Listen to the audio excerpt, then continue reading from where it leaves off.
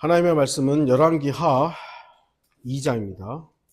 열왕기하 2장 23절에서 24절입니다.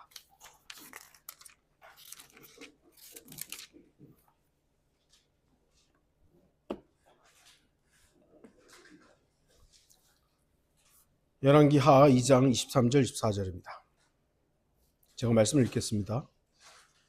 그가 거기서 베델로 올라갔는데 그가 길을 가고 있을 때 성읍에서 어린아이들이 나와서 그를 조롱하며 말하기를 대머리야 올라가라 대머리야 올라가라 하는지라. 그가 돌이켜 그들을 보고 주의 이름으로 그들을 저주하니 숲에서 암곰 2마리가 나와서 그들 중 42명의 아이들을 찢더라 그랬습니다. 오늘 말씀의 제목은 대머리 선지자의 저주입니다. 요즘 한 유명한 목사가 언론과 세간에 많은 지탄을 받고 있습니다. 어디까지가 진실인지는 아직 다 알지는 못하지만 그 목사를 따르던 특임 전도사들의 말에 따르면 그 특임 전도사들이 그 목사를 가리켜 하늘이라고 했답니다.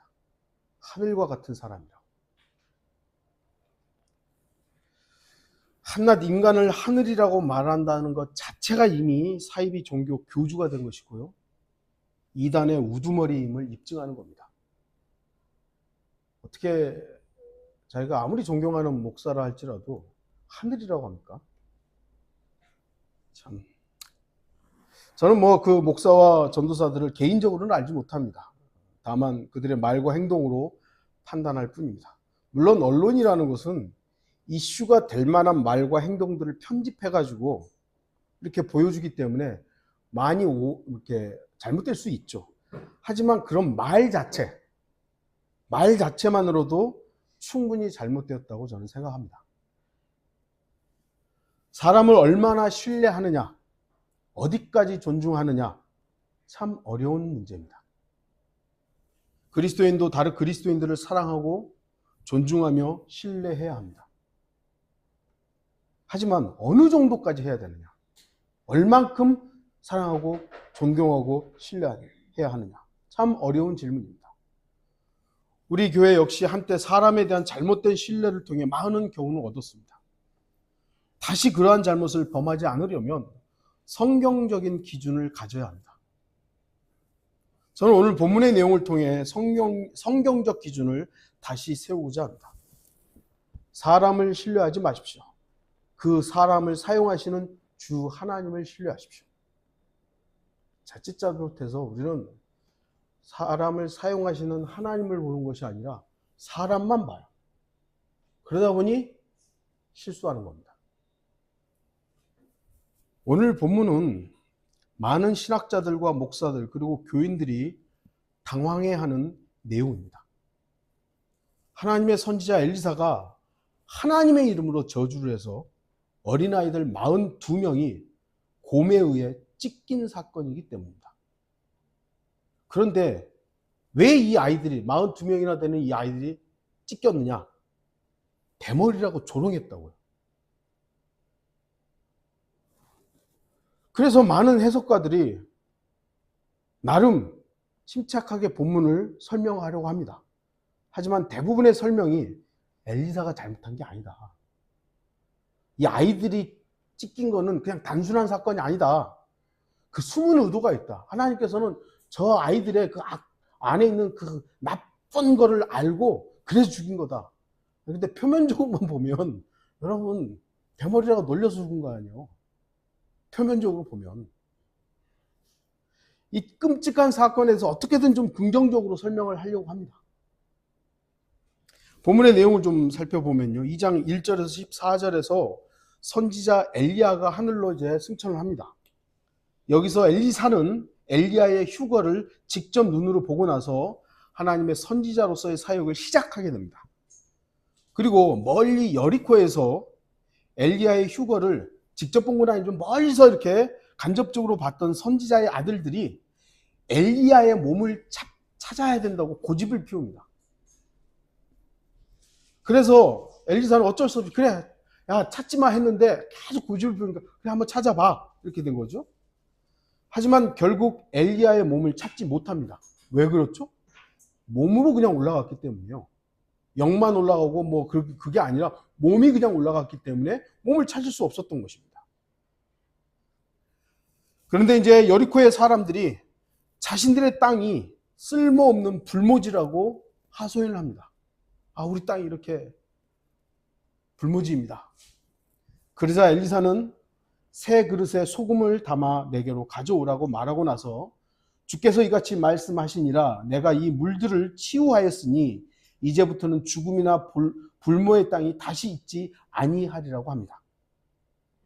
그리고 22절에 그리하여 그 물들이 엘리사가 말한 대로 치유되어 오늘에 이르니라 라고 말합니다. 엘리사가 말한 대로 된 거예요. 사람들이 볼 때 엘리사의 말에 그 말에는 엄청난 능력이 있었던 겁니다. 그런데 이 장소가 어디입니까? 여리코입니다. 여러분, 여리코는 여러분도 알다시피 이미 저주받은 도시죠. 여호수아 6장 26절 여호수아가 그때 백성들에게 엄명하여 말하기를 이 여리코 성읍을 일으켜 세우는 사람은 주 앞에 저주를 받으리라. 그가 그 기초를 놓을 때에는 그의 첫째 아들을 그가 그 문들을 세울 때는 그의 막내 아들을 이르리라 하더라. 근데 이게 좀 차이점이 뭐냐면요. 여리코라는 도시, 도성은 저주를 받았어요. 그래서 여리코를 이렇게 세우려는 사람들을 하나님께 저주하십니다. 근데 그 주변 땅은 엘리사에 의해서 회복이 됩니다. 그러니까 여리코가 저주받았다고 해서 여리코 없는 게 아니잖아요. 예수님 때도 여리코가 있어요. 계속해서. 그러니까 세우려고 했던 사람들에 대한 저주는 아마 지속되었겠지만 그 주변 땅이 물이 회복되고 나니 거기에는 어쨌든 간에 사람들이 계속해서 모여들었던 겁니다. 여리코라는 도시는 저주받았지만 그 주변 땅은 엘리사에 의해서 회복이 됩니다. 이런 상황에서 이제 엘리사가 베델로 올라가고 있는데 성읍에서 어린아이들이 나옵니다.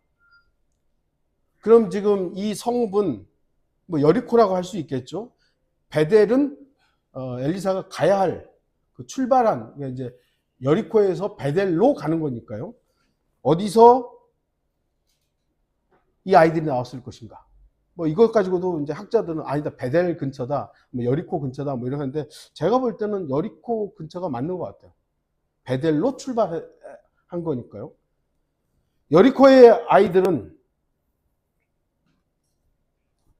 만약에 여리코의 아이들이었다면 엘리사가 행한 그 기적을 알지 못했을까요? 그러한 내용은 본문에 나오지 않기 때문에 우리가 정확히 알 수는 없지만 죽음이나 불모의 땅이 치유된 기적을 여리코 사람들이 알지 못했다는 것은 좀 이상한 일이죠. 아이들이라고 해서 몰랐다 이렇게 하는 건 좀 이상합니다. 하여튼 이 아이들은 엘리사를 조롱합니다. 대머리야 올라가라, 대머리야 올라가라. 다른 번역본들에서는 본문의 그 어린 아이들을 젊은 아이들 혹은 청년으로 번역합니다. 영어에서는 little children인데요. 히브리어로는 나르라는 이 단어인데요. 이게 대략 12세에서 15세 사이의 소년들을 얘기합니다. 이게 우리나라로 본다면 중학생 정도 될 수 있죠. 그 정도 나이입니다. 이들은 선악에 대한 충분한 인식이 있는 나이대입니다. 그런데도 이 아이들은 엘리사 선지자를 향해 그의 외모로 조롱을 합니다. 물론 그 나이대 아이들이면 충분히 그럴 수도 있습니다. 저도 그 나이 때 제가 이렇게 얼마나 장난기가 많았고 얼마나 짓궂었는지를 좀 생각이 좀 납니다. 하지만 요즘 시대 청소년 범죄는요, 그 잔인함이요 너무 심각합니다. 그래놓고도 척법소년이에요. 척법소년이요. 그러면 어떻게 이 처벌이 맞지가 않게 그들이 저지른 범죄에 맞지가 않는 거예요. 그러니까 그걸 또 아주 교묘하게 악용하는 아이들이 있는 겁니다. 무서워요. 그래서 죄는 나이에 상관없이 죄라는 걸 알려야 됩니다. 물론 죄를 죄로 알지 못하는 시기에 대해서는 성경도 죄를 죄로 여기지 않는다고 말씀하시죠. 로마서 5장 13절 율법이 있기 전에도 죄가 세상에 있었으나 율법이 없을 때에는 죄를 죄로 여기지 아니하였느니라. 그러니까 죄에 대한 판단들을 못하는 나이, 그런 시기에는 하나님께서 그들의 죄를 묻지 않았습니다. 그러나 선악을 구분할 수 있는 나이이고, 그 다음에 그거 뭐가 악인지 죄인지를 안다면 그에 합당한 징계가 있어야 되는 거예요. 그게 성경적이고, 어찌 보면 인간의 역사에서도 그게 맞는 것이죠. 어린아이라고 봐주고 하니까 이게 아이들이 점점 커가면서 더 사악한 일들을 저지르잖아요. 하나님께서 죄를 죄로 여기지 않는 그것이 바로 은혜입니다. 대머리야 올라가라, 대머리야 올라가라. 레위기 21장에는 제사장 아론의 아들들의 규례가 나옵니다. 레위기 21장 5절 그들은 자기들 머리를 대머리가 되게 하지 말고 턱수염가를 밀지도 말 것이며 살을 베지도 말지니라. 이게 이제 제사장 아론의 아들들이 외적으로 해야 할 일입니다. 그리고 대머리가 되면 안 돼요. 왜 이걸 구분했냐면 그러니까 꼭 고지역만뿐만 아니라 대부분의 이방 우상 숭배자들의 제사장들은 스킨헤드예요. 우리나라 그 중들이 하는 것처럼 머리 빡빡 깎아요. 예. 그게 대체적인 그 이방 종교의 제사장들의 형태였습니다. 그러니까 하나님께서는 그걸 구분하시고자 하셨던 것 같아요. 그래서 대머리 하지 말라고. 카톨릭 보세요. 지금은 안 그럽니다만 요 머리 남겨놓고 여기를 싹 대머리 만드는 경우도 있고, 요건 떠놔두고 요걸 싹 미는 경우도 있어요. 그게 이제 옛날 수도승들이 많이 그랬는데 요즘에는 신부들이 그러지는 않는 것 같습니다. 그게 왜 그런 것들이 있었냐면 이방 종교로부터 온 거예요. 하나님께서 이스라엘 유대인 제사장들한테는 그런 것들을 허락하지 않았습니다. 그러니까 고린도 교회에도 여자들에게 머리를 쓰라고 한 거는 그 당시에 고린도 교회뿐만 아니라 그 이방 종교의 사제들, 또 여사제들은 다 스킨헤드였거든요. 그러니까 그걸 구분하기 위해서 머리에 쓰라고 했던 거예요. 그런데 이보다 먼저 레위기 13장에는 문둥병의 구별법이 나옵니다. 어떤 것은 문둥병이고 어떤 것은 그냥 일반 질병이다. 이렇게 이제 구분하는 겁니다. 그 중에 일반적인 피부 질환, 잘 살펴보고 나서 이게 일반적인 피부 질환이면 이건 깨끗한 거다. 이건 문둥병이 아니다. 그리고 대머리인데 이게 문둥병 때문에 발생한 머리 빠져가지고 대머리가 이건 불결한 거죠. 근데 그냥 일반적으로 자연적으로 머리가 빠져가지고 대머리가 된 거예요. 이건 깨끗한 거다. 이런 구분이 있었던 것입니다. 그래서 대머리 자체가 깨끗하다는 것이 아니라 문둥병을 구별하기 위한 구분으로서의 대머리에 대해서 말이 있었던 것입니다. 그러니까 성경은 대체적으로 대머리는 좀 부정적입니다. 선지서에 나오는 대머리는 대부분 부정적인 내용입니다. 그 중에 하나가 아모스 8장 10절. 또 내가 너희의 명절들을 애통으로 너희의 모든 노래들을 애가로 변하게 하리라. 또 내가 모든 허리들의 굵은 베옷을 가져올 것이요 모든 머리들로 대머리가 되게 하며 또 내가 그 날을 외아들로 인한 애통으로 그 끝을 쓰라린 날로 만들리라. 주목할 것은 하나님께서 범죄한 이스라엘을 대머리처럼 수치스럽게 만들겠다라는 거거든요. 그러니까 대머리라도 멋있는 사람들이 있더라고요.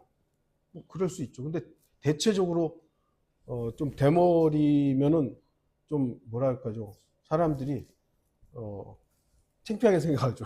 그러니까 머리가 자꾸 빠지면 이쪽에 있는 머리 이렇게 올리고 뭐 별의별 수단을 많이 하죠. 저도 머리가 좀 빠지니까 좀 그래요. 하여튼 근데 어쨌든 대머리를 좋게 생각하는 것보다는 약간은 부정적입니다. 대체적으로. 그런데 만약 하나님께서 누군가를 수치스럽게 만들기 위해서 대머리가 되게 하겠다라는 것과 자연적으로 머리가 빠져서 대머리가 되는 것은 다른 겁니다. 만일 대머리 자체가 하나님의 심판의 모습이라면 이 땅에 있는 모든 대머리는 하나님의 저주받은 겁니까? 그럼 대머리였던 선지자 엘리야는 어떻게 하나님의 선지자가 될 수 있었겠습니까? 지금 이게 뭐 사도 바울 당시에 카메라가 있어서 사진을 찍은 건 아니지만 내려오는 전승에 의하면 사도 바울도 대머리였다 그래요. 그러니까 그림들을 보면, 남겨져 있는 그림들을 보면 베드로나 요한이나 이런 거 다 머리가 있는데 사도 바울 같은 경우는 대머리였어요. 그게 진짜인지 어쩐지 모르지만 전승에 의해서 아마도 그런 그림이 있는 것 같습니다. 그럼 대머리가 정말로 하나님 저주받은 거면 사도 바울도 사역하면 안 되죠. 그러니까 자연스럽게 머리가 빠져서 대머리가 된 것과 하나님에 의해서 어떤 목적에 의해서 하나님께서 그를 수치스럽게 하기 위해서 하는 것과는 분명히 구분되어야 되는 겁니다. 대머리가 논리죠? 대머리라고. 외적인 거 가지고 놀린 겁니다. 올라가라, 올라가라. 이게 왜 조롱입니까? 잘 모르겠어요. 여러 가지 해석이 있는데요. 하나는 당신의 스승 엘리야처럼 올라가라 일 수 있습니다. 이것은 당시 엘리야의 몸을 찾을 수가 없었던 것이죠. 그러니까 당신의 스승처럼 올라가서 사라져라. 이렇게 이제 놀린, 비아냥거린 이런 내용일 수 있는 거예요. 또 다른 해석은 러크만의 해석인데요. 베델로 올라가라 일 수 있습니다. 베델은 당시 우상숭배의 주요한 도시였습니다. 러크만 주석에는 이렇게 되어 있습니다. 곰들이 그들을 죽였는지 아니면 단지 상처만 내었는지 그 사실에 대해서는 말하지 않습니다. 그들은 엘리사가 거짓 신을 숭배하기 위해 베델로 올라가는 것이라고 비난하고 있는 중이었습니다. 이렇게 지금 해석을 해놨어요. 러크만은 아이들이 엘리사를 우상숭배자로 조롱한 것으로 여겼던 것이죠. 왜냐하면 아까도 말했듯이 우상숭배자들의 제사장들이 대부분 대머리이고, 딱 보니까 뭐 우상숭배자처럼 보이니까 베델에 가서 우상숭배나 해라, 베델로 올라가라, 이렇게 이제 러크만은 좀 생각을 한 것 같습니다. 뭐가 맞는지 잘 몰라요. 올라가라는 이 단어가 왜 조롱이 됐는지는 잘 모르지만 대머리는 확실히 조롱한 게 맞죠.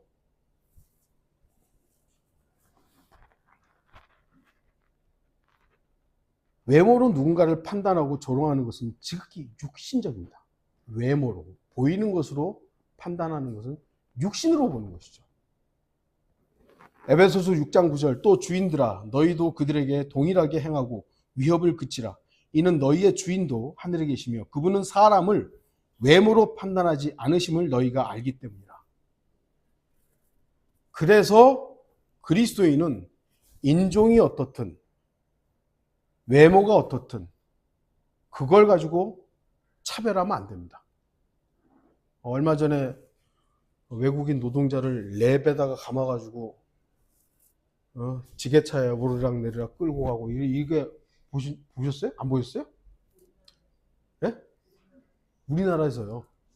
우리나라에서 이 외국인 노동자를 지게차에다가 랩으로 감아가지고, 물건하고 같이 감아가지고 이 노동자를 이렇게, 그걸 누구가 또 찍었어요.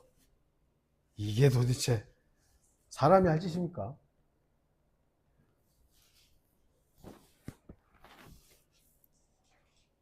우리는 그리스도인은 외모적인 것으로 누군가를 판단해서는 안 됩니다. 제 생각은 엘리사는 그 어린아이들의 육신적인 조롱에 육신적으로 반응했다고 봅니다. 대머리야, 대머리야 이렇게 하니까 욱한 거죠.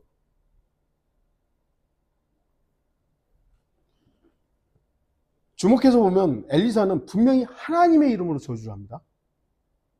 그래서 숲에서 암곰 2마리가 나와서 어린아이들 중 42명의 아이들을 찢어버립니다.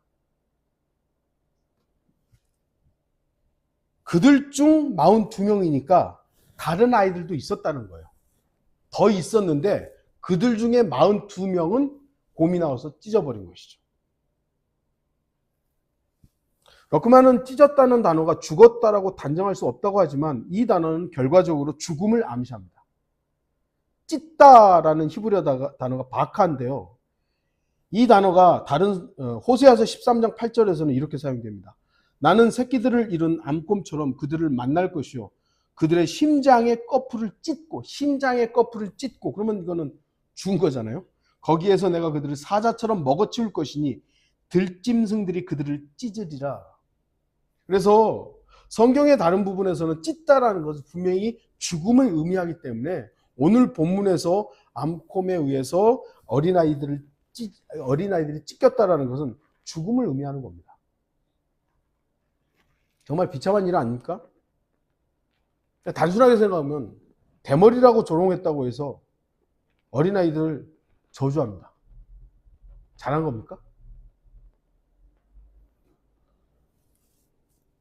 지금까지 거의 모든 목회자들이나 신학자들은 어린아이들이 하나님의 선지자를 조롱했기 때문에 이에 대한 하나님께서 아이들을 죽인 것이다. 하나님의 선지자를 저주하고 조롱한 건 하나님을 조롱한 거니까 그래서 하나님께서 아이들을 죽인 것이다. 그러니까 하나님의 선지자를 함부로 대하면 안 된다. 특히 목회자나 하나님의 선지자 역할을 하는 사람, 목회자는 하나님의 선지자 역할을 하는 사람이니까 목회자를 함부로 욕하면 하나님께서 그 사람을 저주하신다. 이렇게 이제 요 본문들을 인용하는 것이죠. 그럴듯하죠. 그러면서 다른 구절도 인용합니다. 역대기하 36장 16절. 그러나 그들이 하나님의 사자들을 우롱하고 그의 말씀을 멸시하며 그의 선지자들을 학대하였으니 주의 진노가 그의 백성에 대하여 일어나 치유의 방책이 없게 되었더라. 그러니까 하나님의 사람을 조롱하고 막대하면 하나님께서 그들을 치신다. 너네 목사 함부로 하면 안 돼? 뭐 이런 얘기죠. 정말 본문 내용이 그러한 경고일까요? 물론 저보다 더 뛰어난 많은 신학자들과 목사들의 해석이 틀렸다라고 말하는 것은 아닙니다. 그들의 해석도 일리가 있습니다. 하지만 성경은 이 내용에 대해서 어떤 해설도 하지 않습니다. 그냥 사건을 나열합니다. 그렇기 때문에 많은 해석이 가능해요. 여러 가지 교훈을 얻을 수 있습니다. 그래서 저는 다른 시각으로 보아도 교훈을 얻을 수 있다라고 생각하는 겁니다. 일반적으로 지금 일반적으로 가르쳐지고 있는 하나님의 선지자를 함부로 대하면 하나님께서 이렇게 징계하시니까 여러분들 하나님의 사람들, 하나님의 목사, 선지자, 교사들 함부로 대하면 안 됩니다. 그것도 넓은 의미에서는 일리가 있는 부분이죠. 하지만 제가 오늘 좀 주목해서 보는 모습은 하나님의 사람도 육신의 모습이 있다입니다. 하나님의 사람이라 할지라도 육신의 모습이 있다. 그가 아무리 위대한 사역을 하고 위대한 신앙 고백을 했다 해도 바로 다음 순간 육신의 나락으로 떨어질 수 있음을 이 사건을 통해서 우리가 알 수 있는 것입니다. 노아는 믿음의 사람이죠. 홍수라는 하나님의 위대한 역사가 일어났습니다. 그리고 그는 믿음으로 방주 안에 들어갔습니다. 나와서 했던 첫 번째 일이 뭐죠? 술 취하는 겁니다. 포도주 마시고 술 취했습니다. 어떻게 보면 나락으로 떨어진 것이죠. 아브라함도 위대한 믿음의 조상이죠. 하지만 그 역시도 허망한 실수를 합니다. 다윗도 승리의 왕이었습니다. 근데 그 승리의 왕이 전쟁에 나가지 않았던 그 순간 간음을 하게 됩니다. 엘리사 앞에 있었던 위대한 선지자 엘리야, 이 엘리야는 나 오직 나만이 주의 선지자로 남았나이다. 다 죽고 나만 남았네. 어떡합니까? 하나님의 위대한 사역을 했던 그 선지자가 주님 저밖에 없어요. 겁에 덜컥 나가지고 쩔쩔쩔 매고 있었던 3번이라 그럽니다. 오늘 본문의 엘리사도 대머리라고 조롱하는 아이들을 저주합니다. 사도 베드로는 어땠습니까? 위대한 신앙 고백을 하죠. 주는 그리스도시요 살아계신 하나님의 아들이니다 라고 딱 했는데 바로 다음 순간 뭡니까? 주여 그럴 수 없나이다. 이런 일이 죽게 결코 죽게 있어서는 안 됩니다. 막 합니다. 그러니까 주님 뭐라고 합니까? 사탄아 내 뒤로 물러나라. 사탄이 되어버립니다. 아무리 위대한 재판관, 왕, 선지자, 사도, 목사, 성도라 해도 모두 다 인간입니다. 인간으로서 유일하게 육신으로 실패하지 않은 분은 오직 우리 주 예수 그리스도 한 분입니다. 모든 사람이 육신을 입었고 육신으로는 누구나 죄를 짓습니다. 실패하고 나락으로 떨어집니다. 근데 육신을 입었던 유일하게 예수 그리스도만이 인간이 반복해서 짓는 그 어리석음을 행하지 않았던 것입니다.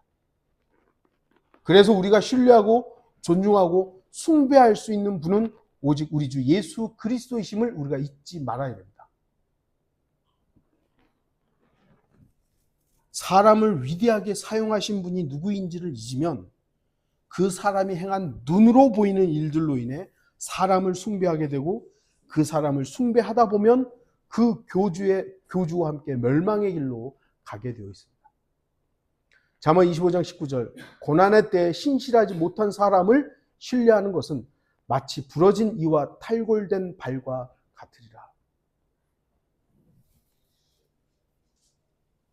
한번 생각해 보세요. 엘리사가 이제 하나님의 이름으로 저주를 합니다. 뭐라고 저주했는지 모르겠지만 어쨌든 저주예요. 저주를 했는데 바로 죽으면 되잖아요. 왜 곰이 나와가지고 죽였을까요? 하나님의 여호와의 이름으로 저 녀석들 죽어! 그러면 확 죽어버리면 되잖아요. 충분히 그럴 능력이 하나님의 능력이 있잖아요. 근데 곰들이 나와가지고 찢어 죽여버려요. 저는 여기서 하나님의 엘리사에 대한 자비를 좀 봅니다. 만약 엘리사의 말에 의해서 죽어라 했을 때 그냥 애들이 다 죽어버리면 42명 죽었다면 그 죽은 아이들의 부모와 친척들은 누구를 원망하겠습니까? 엘리사죠. 저 애들이 좀 대머리라고 놀렸다고 저렇게 애들을 죽여? 얼마나 원망하겠어요. 그런데 어쨌든 겉으로 볼 때는 저주를 했어요. 근데 곰들이 나와서 찢어 죽인 거예요. 그러면 부모들의 입장에서는 누구를 원망하겠습니까? 곰이죠. 곰이에요. 겉으로 볼 때는 어쨌든 곰이에요. 하나님의 징계가 있었다 어쨌다 이것은 뭐 좀 더 깊은 의미이지만 겉으로 봤을 때는 엘리사가 아닌 곰에게 화살이 간 겁니다. 이제 막 사역을 시작한 엘리사, 하나님의 일을 시작해야 될 그 엘리사가 처음부터 저 원망받는 선지자가 되어버리면 얼마나 모양이 이상합니까? 저는 그런 면으로 하나님께서 그나마 곰을 이용하신 것이 아닌가라고 좀 생각을 합니다. 엘리사는 바로 앞에서 치유의 말을 했습니다. 하지만 바로 다음 하나님의 이름으로 저주를 합니다.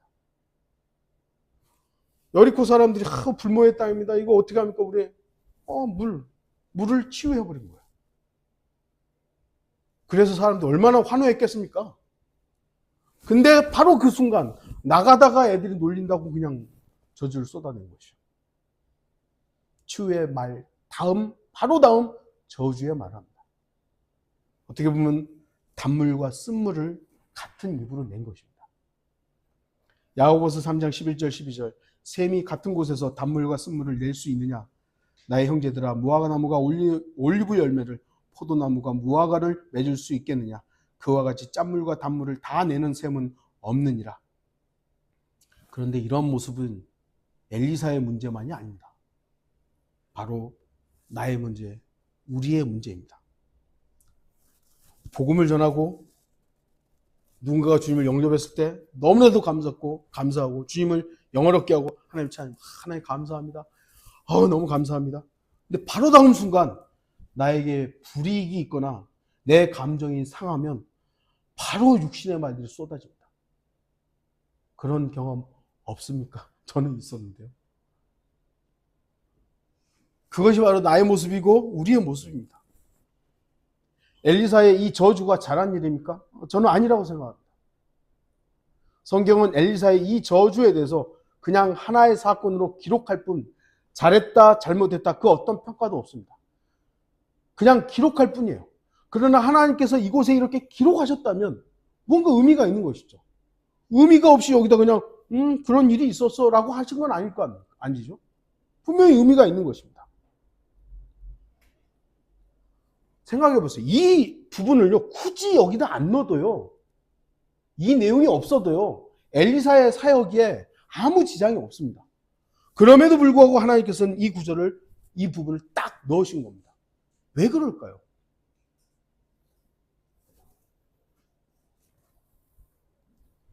사람을 신뢰하는 부분에 대해서 경고하신 것이 아닌가? 엘리사, 위대한 선지자들이었지만 그들에게도 육신의 부분이 있었다라는 것을 하나님께서 이 부분을 통해서 우리에게 알리고자 하신 것이 아닌가라고 생각합니다. 본문에 기록된 저주와 그에 따른 성취의 방법은 매우 잔인합니다. 그러나 이 사건은 우리의 윤리의 기준을 가지고 설명해서는 안 됩니다. 이것은 당시 주 하나님을 떠나 우상 숭배에 빠져 있는 이스라엘 백성에 대한 심판을 상징하기도 합니다. 긍정적이든 부정적이든 엘리사의 저주는 너무나 어떻게 보면 즉흥적이었습니다. 그러나 이 사건은 우리의 윤리 기준이 아닌 성경적인, 하나님께서 우리에게 왜 이 구절을, 이 내용들을 여기에 남겨놓았을까를 좀 살펴봐야 되는 것입니다. 엘리사는 분명히 신중하지 못한 행동을 한 겁니다. 그럼에도 불구하고 하나님께서는 엘리사의 저주를 실행하셨습니다.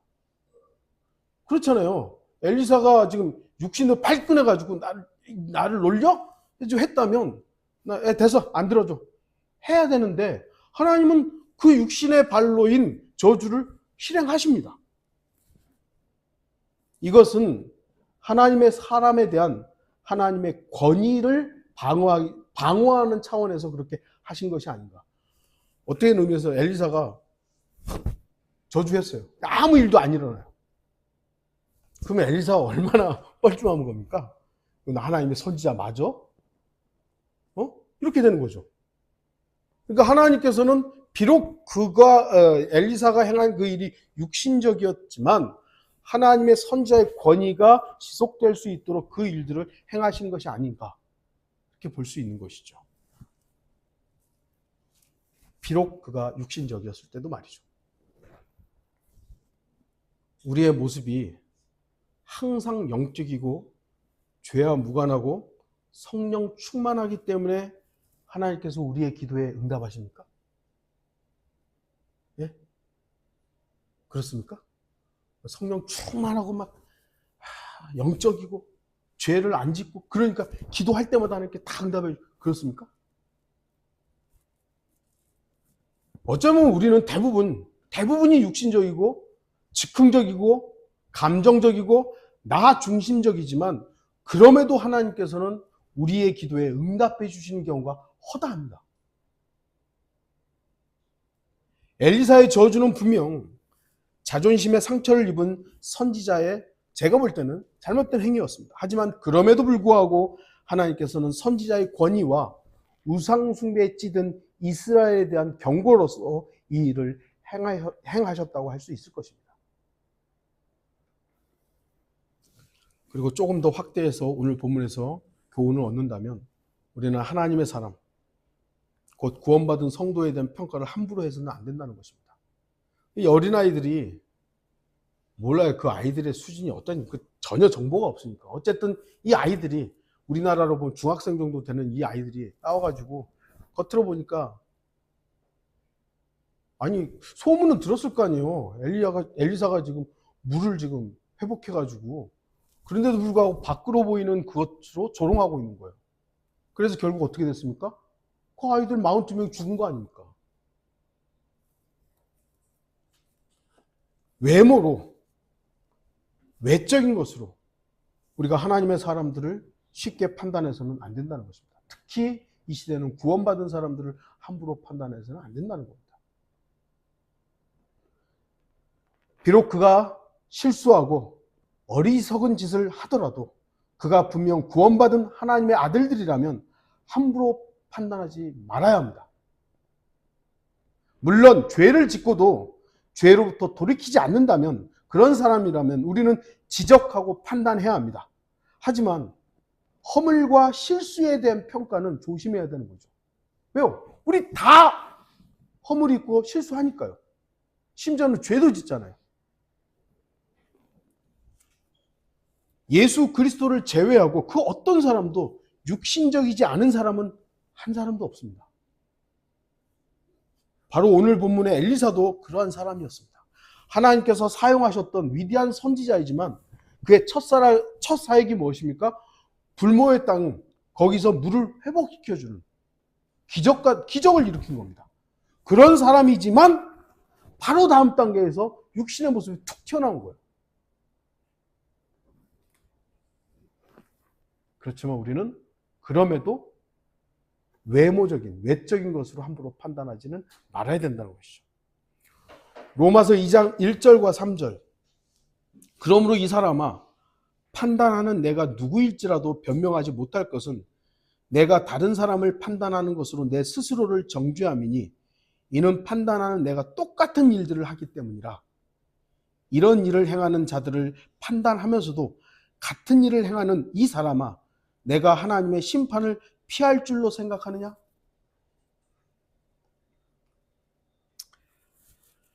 결론을 맺겠습니다. 인간으로도 완벽하신 주 예수 그리스도 이외에 우리가 그 어떤 인간도 신뢰할 수 없다는 사실을 오늘 본문을 통해서 배워야 합니다. 아, 엘리사 같은 이런 위대한 선지자도 이렇게 육신적일 때가 있구나. 아, 그건 누구나 마찬가지, 나도 마찬가지고 우리 모두 마찬가지일 수 있구나.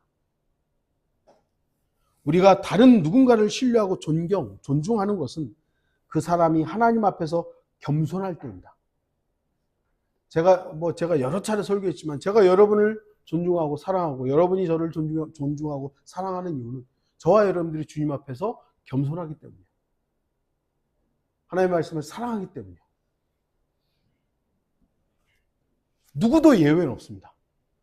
아무리 어마어마한 일을 했다 할지라도 복음을 전해서 수천 명을 주님께로 이끌어온 대단한 구령자라 할지라도 그 사람도 다음 순간 픽 쓰러질 수 있습니다. 근데 그 픽 쓰러진 것을 우리가 조롱하고 판단할 수는 없지만 그럴 수 있다. 사람은 누구나 그렇게 쓰러질 수 있다. 그래서 사람을 100% 신뢰하는 것에 대한 경계심을 우리는 가져야 되는 겁니다. 엘리사 선지자도 하나님의 사역을 시작하는 바로 그 순간 육신의 모습을 통해 무서운 행동을 했음을 알 수 있습니다. 성경은 오늘 본문을 어떤 이유에서 기록했는지 우리가 명확하게 설명할 수는 없습니다만, 그럼에도 우리는 대머리 선지자 엘리사의 저주를 보면서 하나님의 사람이라면 육신의 감정을 잘 다스려야 한다는 것도 배워야 합니다. 저도 마찬가지로 저도 운전하다 보면 발끈할 때가 많죠. 갑자기 푹 뛰어들거나 막 싫어. 어쨌든 그러면은 육신은 나오죠. 근데 그리스도인이라면 그걸 계속 붙잡고 있을 거냐 이거예요. 아니잖아요. 다스려야 되는 것이죠. 우리가 내뱉은 그 한마디가요, 물론 이건 교리식은 좀 다릅니다만, 우리가 내뱉은 그 한마디가 심판날에 심판받을 수 있다라는 그 부분들은 성경에 어쨌든 기록되어 있으니까요. 교리적으로 다르다고 해서 그래 나는 아무 말이나 해도 돼, 이건 아닙니다. 그리스도인의 말과 행동들에 대한 부분들은 우리가 그리스도 안에서 책임이 있어야 됩니다. 주의해야 됩니다. 엘리사의 이 저주가 어떤 말이었는지 모르지만 어떻게 보면은 자기의 조롱에 감정적인 반응을 해서 아이들이 죽은 거예요. 좋은 모양은 아닙니다. 우리 그리스도인들이 나의 그 어떤 뭐를 안 좋게 했다고 사람들을 함부로 막 얘기하면 하나님께서 그거 행하실지도 모르잖아요. 그럼 나의 말에 의해서 누군가 죽음을 맞이한다면 얼마나 안 좋은 일입니까? 그래서 우리 그리스도인들 말과 행동들을 주의해야 된다는 것뿐만 아니라 엘리사와 같은 하나님의 위대한 사람도 실수하고 실패할 수 있다는 걸 통해서 우리는 사람을 어디까지 신뢰하고 어디까지 봐야 하는 것인가. 우리가 보고 우리가 온전히 신뢰할 수 있는 것은 오직 예수 그리스도와 한 분뿐이라는 사실을 다시 한번 기억하는 그런 시간이 되기를 바랍니다. 다 같이 기도하시겠습니다.